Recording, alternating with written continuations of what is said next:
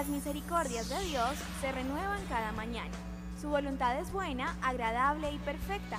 Bienvenidos a una nueva emisión de Vidas con Propósito, para volver a vivir. Es como resultado de creer en la doctrina errónea que las personas se perderán para siempre. Hola, buenos días, bienvenidos a Vidas con Propósito, para volver a vivir. Les habla Oscar Plata. Continuamos hoy con la segunda parte del tema Verdades a medias que llevan a la perdición, de la serie Cómo diferenciar la verdad del error. En el programa anterior estudiamos dos de estas medias verdades que llevan a la perdición. Así que hoy esté atento para continuar con este tema. Con un propósito, para tu nombre glorificar. Verdades a medias que llevan a la perdición. La primera que vimos en el programa anterior es que una de las verdades es perdón sin arrepentimiento. El orden bíblico es primero el arrepentimiento y luego el perdón. Así lo estableció el Señor Jesucristo y lo leemos como ejemplo en Mateo 24:47. Y en su nombre se predicarán el arrepentimiento y el perdón de pecados a todas las naciones, comenzando por Jerusalén. Es una verdad elemental de la fe cristiana, porque hoy día se está predicando el perdón de pecados sin arrepentimiento de los mismos. La segunda verdad que hemos visto a medias es evangelio sin cruz. Lucas 9:23 dice: si alguien quiere ser mi discípulo, que se niegue a sí mismo, lleve su cruz cada día y me siga. Llevar la cruz implica negarme a mis deseos egoístas y estar dispuesto a sufrir por causa del evangelio. Jesús fue honesto con sus discípulos y le dejó bien claro el precio a pagar en el discipulado. Tal honestidad la debemos tener los predicadores, aunque esta nos cause también sufrimientos. Estás escuchando Vidas con Propósito, para volver a vivir. Pastor Ángelo, muy buenos días. Vamos a continuar hoy con este interesante tema. Dos medias verdades que llevarán a la perdición, como la recordaba anteriormente: perdón sin arrepentimiento y evangelio sin cruz. ¿Cuál es la otra media verdad que se está enseñando en nuestros días? Muy buenos días, Oscar, y buenos días a todos nuestros oyentes. Tercera medio verdad, ¿cierto? O verdad a medias que lleva a la perdición eterna: bendición sin condición. Dijo Jesucristo en Juan 15:7: si permanecen en mí y mis palabras permanecen en ustedes, lo que quieran pedir se les concederá. Pues a la gente le gusta lo segundo, lo que quieran pedir se les concederá, pero no les gusta lo primero. Jesús dijo: si permanecen en mí, mis palabras permanecen en ustedes. La palabra sí es una conjunción que denota condición o suposición en virtud de la cual un concepto depende de otro o de otros. Por ejemplo, si llegas el lunes, llegarás a tiempo. Estudia si quieres ser inteligente o si quieres ser docto. Entonces lo que el versículo nos quiere decir es que solo al permanecer en Jesús y obedecer en sus palabras, nosotros tendremos el derecho de pedir algo para que Él nos lo conceda, y efectivamente Él lo va a conceder si permanecemos en Él y obedecemos su palabra. En este orden de ideas, ¿qué nos enseña la media verdad? Bueno, la verdad a medias dice: Dios quiere lo mejor para ti. Visualícelo, declárelo, recíbalo. Tú tienes que prosperar porque eres hijo de Dios, y muchas cosas más, ¿no? Obviamente, si tienen en cuenta un único requisito, ese nunca lo dejan de enseñar. ¿Y cuál es ese requisito? El dar, ¿no? Ya sea a través de pactos, de siembras, de sellos, de promesas, y una cantidad de nombres que se han inventado para quitarles el dinero a quienes no quieren someterse a hacer la voluntad de Dios. Lo que dicen entre líneas los predicadores de estas medias verdades es más o menos lo siguiente: ustedes pueden vivir de cualquier manera, pero si traen su dinero, Dios los bendecirá. ¿Y saben qué es lo más sorprendente, mis estimados? A la gente les gusta eso, les gusta que le hablen de esa manera, porque ellos quieren bendición sin condición. Con su explicación, ¿quiere decir que los cristianos no deben dar para la obra de Dios? Por supuesto que la responsabilidad de todo cristiano es dar generosamente para el sostenimiento y la extensión de la obra de Dios. Pero yo tengo que ser muy honesto, primeramente con Dios y después con nuestros oyentes, por más que alguien sea generoso en la iglesia o fuera de ella, si no vive para agradar a Cristo, no debería pensar que Dios lo va a bendecir, porque no va a pasar. Es más, las aparentes bendiciones que reciba tal persona se le convertirán en un estorbo para cambiar su vida, pues pensará que su vida es agradable a los ojos de Dios, porque como supuestamente Dios le bendice y las cosas le salen bien, entonces esa disque prosperidad de parte de Dios le va a resultar en lazo, en trampa, y él va a vivir autoengañado y se va a perder. Pastor Ángelo, ¿cómo analiza estos tiempos que estamos viviendo como iglesia? Bueno, yo diría que no estamos viviendo tiempos diferentes a los del profeta Jeremías. A este profeta le tocó que dar un mensaje muy fuerte, un mensaje, digamos, negativo, en medio de los falsos profetas que afirmaban que todo era bueno y que todo era positivo. No obstante, el Señor había determinado el exilio para un pueblo rebelde que no quiso dejarse transformar por la palabra de Dios. O sea, Jeremías tiene que hablarle duro al pueblo porque el pueblo estaba totalmente desviado. Vamos a verlo. Jeremías 6 del 13 al 17 dice: desde el más pequeño hasta el más grande, todos codician ganancias injustas. Desde el profeta hasta el sacerdote, todos practican el engaño. Curan por encima la herida de mi pueblo y les desean paz, paz, cuando en realidad no hay paz. Imagínese la panorámica, Oscar. La gente está bien, pero la gente es codiciosa, y no era únicamente en las personas, digamos, en el pueblo, en el populacho, sino también en los líderes religiosos, los mismos profetas y los mismos sacerdotes que eran autoridades dentro del pueblo, se habían desviado totalmente. Dice Jeremías, sigo leyendo: ¿acaso se han avergonzado de la abominación que han cometido? No, no se han avergonzado de nada, ni saben siquiera lo que es la vergüenza. Por eso caerán con los que caigan, cuando los castigue serán derribados, dice el Señor. Así dice el Señor: deténganse en los caminos y miren. Pregunten por los senderos antiguos, pregunten por el buen camino y no se aparten de él. Así hallarán el descanso anhelado. Pero ellos dijeron: no lo seguiremos. Yo aposté centinelas para ustedes y dije: presten atención al toque de trompeta. Pero ellos dijeron: no prestaremos atención. Así que estamos frente a un pueblo que está supuestamente en bendición, pero que no quiere escuchar las palabras de advertencia del Señor. Y hay dureza de corazón. ¿Qué significado tiene la palabra paz en este contexto de Jeremías, que era la promesa de estos falsos profetas y dirigentes? La palabra paz en el hebreo tiene un significado mucho más amplio que en español. En hebreo, shalom es paz, ¿sí? Integridad, bienestar, salud, estar sin preocupaciones, tener armonía, tener prosperidad. O sea, la palabra shalom, que en el hebreo, bueno, al español la traducimos paz, pues es mucho más amplia que solamente la paz. La bendición sacerdotal del Antiguo Testamento, que se encuentra en Números 6, 24 al 27, terminaba precisamente con esa palabra, ¿no? Dice: y el Señor te conceda la paz. En una sola palabra podríamos decir que shalom es bendición completa, ¿no? Integral. Los profetas y sacerdotes en tiempos de Jeremías, como usted bien lo decía, Oscar, estaban bendiciendo a un pueblo que estaba deshonrando al Señor. Le estaban deseando que Dios lo prosperara, lo ayudara, lo salvara, pero a ellos se les había olvidado que antes de concluir con el deseo de paz, la misma bendición sacerdotal decía: que el Señor te mire con agrado, ¿cierto?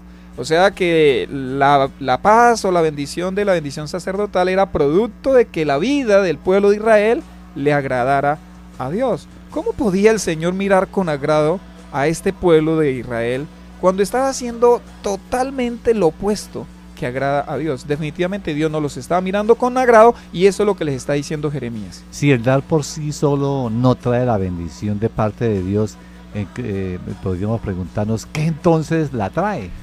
Bueno, por si todavía no hemos entendido cuál es la condición para la bendición, la quiero dejar muy clara. La condición para la bendición se llama obediencia absoluta a la palabra de Dios. Podría decir que hay como una habitación llena de bendiciones, pero esa habitación está cerrada tiene una chapa a modo como de caja fuerte, y la clave es obediencia. Sin obediencia a Dios no hay bendición de Dios. Cualquier otra cosa que aparentemente ser bendición, seguro no proviene de Dios. Sin obediencia a Dios no hay bendiciones de parte de Dios. Pastor Andrés, hoy uno escucha generalmente de personas que se les promete esa bendición y nunca se revisa si realmente esa persona es una buena administradora de sus recursos, si es honesta, si es una persona que es recta, sino que simplemente se le promete que Dios la bendecirá si trae la ofrenda. Sí, lastimosamente se da en algunos lugares, pero no es lo que enseña, no es lo que enseña la palabra de Dios. Como dije anteriormente, para algunos sus aparentes bendiciones les serán una trampa, su aparente prosperidad les será una trampa, porque nunca se detienen a examinar su propia vida, nunca consideran si realmente están obedeciendo al Señor, y en consecuencia pues ven un cristianismo autoengañado. Toda bendición podríamos decir que tiene su condición. Desde luego, las bendiciones de Dios están condicionadas, y bueno, hablando del pueblo de Dios, sus bendiciones provienen de lo que Cristo conquistó en nosotros en la cruz. El Señor bendice a sus hijos porque Cristo logró esas bendiciones para nosotros, pero están condicionadas a nuestro sometimiento a Cristo, ¿sí? Aceptar su señorío, vivir para Él. En Vidas con Propósito en el dial 1020 AM de Radio Primavera. Verdades a medias que llevan a la perdición. 3 medias verdades que llevarán a la perdición son: perdón sin arrepentimiento, evangelio sin cruz y bendición sin condición. Pastor Ángelo, ¿cuál es otra media verdad se ha introducido en la iglesia y nos ha hecho mucho daño? Cuarta medio verdad o verdad a medias: Salvador sin Señor. Lo repito, Salvador sin Señor. Romanos 10:9 dice así: que si confiesas con tu boca que Jesús es el Señor y crees en tu corazón que Dios lo levantó de entre los muertos, serás salvo. Vea, mi estimado oyente, todos quieren un Salvador, pero nadie quiere un Señor. La gente ama al Jesús Salvador, pero odia a Jesús el Señor. Este versículo pues de Romanos 10:9 es muy conocido y muy utilizado para hablar sobre la decisión por Cristo y la oración de fe. El gran problema es ignorar el contexto histórico en que fue escrito por el apóstol Pablo. Debemos recordar que el apóstol Pablo les está escribiendo a los cristianos gentiles que están en Roma. Y Roma pues es la capital del imperio y donde las leyes son más estrictas porque es la ciudad modelo, ¿no? Es la ciudad ejemplo y a las demás provincias por donde se ha extendido todo el imperio, así que allí las leyes son mucho más estrictas, o se cumplen o se cumplen. Pues en todo el imperio romano había un solo señor, había una sola persona digna de poseer ese título de señor. ¿Quién era? El César, el emperador. Todo el imperio debía confesar que el César era el señor. La gente decía en las calles de Roma: el César es el Señor. Y era tal la fuerza que se quiso imprimir a esta declaración que durante mucho tiempo era el saludo obligatorio del imperio. Cuando un ciudadano romano pues se encontraba con otro ciudadano, le saludaba levantando una mano y le decía: el César es el Señor. El otro a su vez también hacía lo mismo, levantaba su mano y decía: el César es el Señor, contestándole el saludo. En todo el imperio, todo el día, por todas partes, entonces se estaba repitiendo en las calles: el César es el Señor, el César es el Señor, el César es el Señor. Pero a veces ocurría un encuentro con alguien que en lugar de responder el César es el Señor, decía: Jesús es el Señor. ¿Qué pasaba con esos cristianos que confesaban que Jesús era el Señor y negaban que el César fuera el Señor? Bueno, el otro que lo escuchaba reaccionaba: ¿cómo? ¿Cómo que quién? ¿Usted está reconociendo como Señor a otro fuera del César? Y entonces gritaba: préndanlo, tómenlo, aprésenlo, láncenlo a la hoguera. Aquellos primeros cristianos eran hombres y mujeres que preferían confesar que Cristo era el Señor y morir si así fuera necesario. En consecuencia, ¿qué pasaba con ellos? Pues eran salvos. Eran salvos. Es en ese contexto que se escribió que si confiesas con tu boca que Jesús es el Señor y crees en tu corazón que Dios le levantó de los muertos, serás salvo. O sea que esta gente prefería confesar que Jesús era el Señor y negar el señorío del César. y lo entregaban hasta su vida, ¿no? Ellos comprendían muy bien lo dicho por el Señor, por el Maestro, Mateo 10, 32 al 33, que dice: a cualquiera pues que me confiese delante de los hombres, yo también le confesaré delante de mi Padre que está en los cielos, y a cualquiera que me niegue delante de los hombres, yo también le negaré delante de mi Padre que está en los cielos. Se considera que esta fue la primera confesión de fe cristiana. Jesús es el Señor, que implicaba dar la vida por Jesús. Sí, no era como ahora, o como lo hemos mostrado, lo hemos querido ver, que es levantar la mano en una iglesia y pasar a un púlpito. No fue escrito en ese contexto. ¿Por qué los ciudadanos del Imperio Romano confesaban que el César era el Señor? Bueno, verdaderamente, pues el César era el señor de todo el Imperio Romano, pues él era el jefe, él era el que mandaba, él era el dueño de todo el imperio, él era el amo de todo su territorio. Aun cuando la gente pues tenía sus granjas, tenía sus terrenos, sus fincas, también tenían esclavos, todo lo tenían a su nombre, eso era solamente para permitir una mejor administración económica dentro del imperio. En última instancia, pues todo pertenecía al César. Si el César quería algo, lo hacía y punto.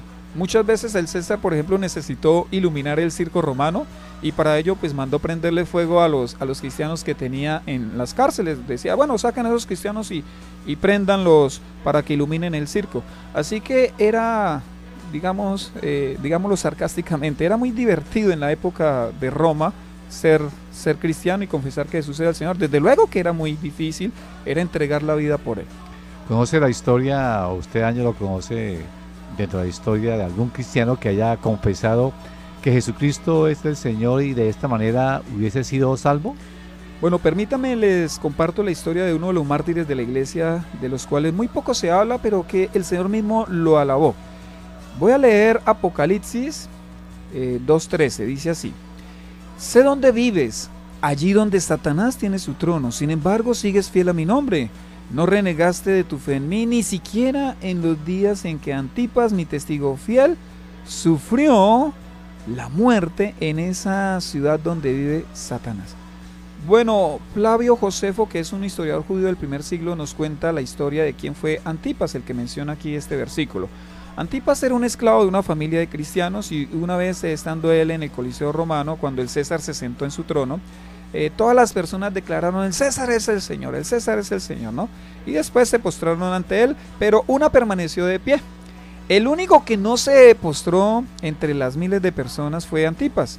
Entonces el emperador romano, al ver que alguien no se había postrado reconociéndolo como un dios, mandó a un centurión romano para reconvenir a este hombre, ¿no? El centurión le habló al esclavo y le dijo que si no se daba cuenta de que todo el mundo está en contra de él, que se postrara y adorara al César, si no, entonces tendría que morir.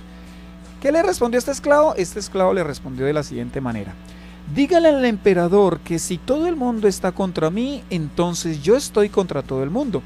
Y fue así entonces como Antipas fue metido vivo en un toro de bronce con aceite hirviendo y murió mártir por declarar que solo Jesús es el Señor. ¿Cómo se llamaba este hombre? Antipas. ¿Y cómo le llama Jesús entonces a Antipas? Mi testigo fiel. Qué lindo, ¿no? Ahí aparece. Este título, mi testigo fiel, es un título que pertenece al Señor Jesucristo. Lo encontramos en Apocalipsis 1:5, pero aquí el Señor Jesús también se lo otorga a Antipas, le llama mi testigo fiel. ¿Cuándo un cristiano niega que Jesús es el Señor? Bueno, en algunas situaciones, ¿no? Por favor, no me diga que Jesús es su Señor cuando a usted le da vergüenza cargar la Biblia o declarar que es cristiano. No me diga que Jesús es su Señor cuando usted cambia un culto por un partido, un programa de televisión, una celebración familiar o quizás una gripa. No me diga que Jesús es su Señor cuando basta solo con que llueva para que usted no vaya a congregarse. No me diga que Jesús es el Señor cuando usted no ha sido capaz de abandonar ese hábito pecaminoso que el Señor le ha ordenado que deje, que la Biblia pues lo condena. No me diga que Jesús es su Señor si usted se queja de las pruebas que el Señor permite en su vida para cambiarle y perfeccionarle. No me diga que Jesús es su Señor si su familia es más importante que las prioridades del Señor, si sus deseos y sus proyectos priman sobre los propósitos de Dios, si usted basa su salvación simplemente en esa declaración, pero no lo demuestra con su vida, si ni siquiera le ha obedecido bautizándose. Estás escuchando Vidas con Propósito, para volver a vivir. Hemos visto 4 medias verdades que llevan a la perdición, las cuales son perdón sin arrepentimiento, evangelio sin cruz, bendición sin condición y salvador sin Señor. Queremos que Jesús sea nuestro salvador, pero no queremos someternos a Él. Pastor Ángelo, ¿cuál es otra media verdad se ha introducido en la iglesia de hoy y que nos ha hecho mucho daño? Quinta verdad a medias que llevará a la perdición: salvación sin santificación.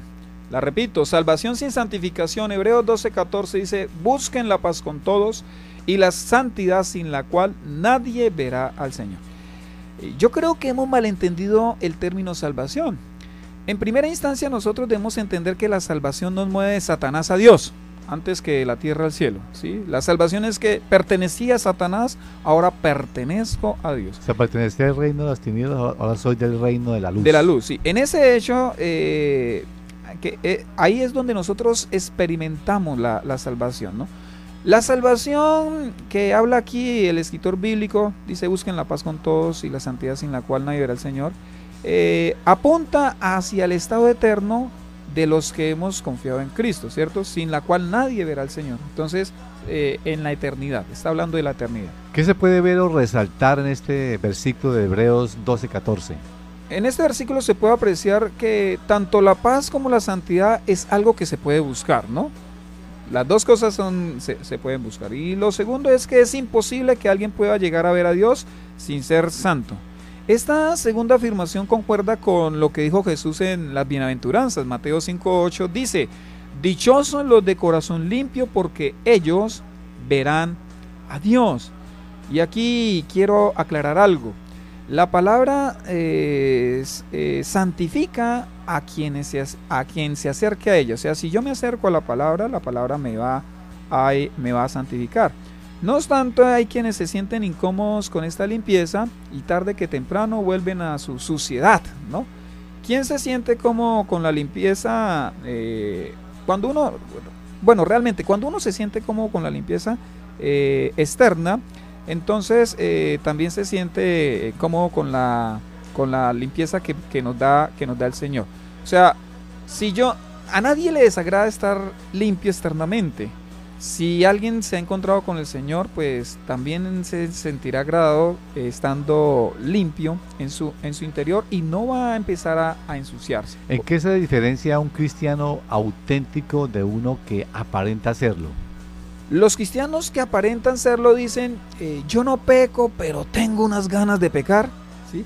Es que no es lo mismo decir o responder: no puedo, soy cristiano, que decir: no quiero, soy cristiano. Yo no sé si logran notar la diferencia. En cambio, el auténtico cristiano, aunque es tentado porque sigue siendo de carne y hueso, él no quiere pecar. El cristiano religioso quiere pecar aunque él no sea tentado. A estos es los que el Señor les dice, Mateo 23, 25 al 26.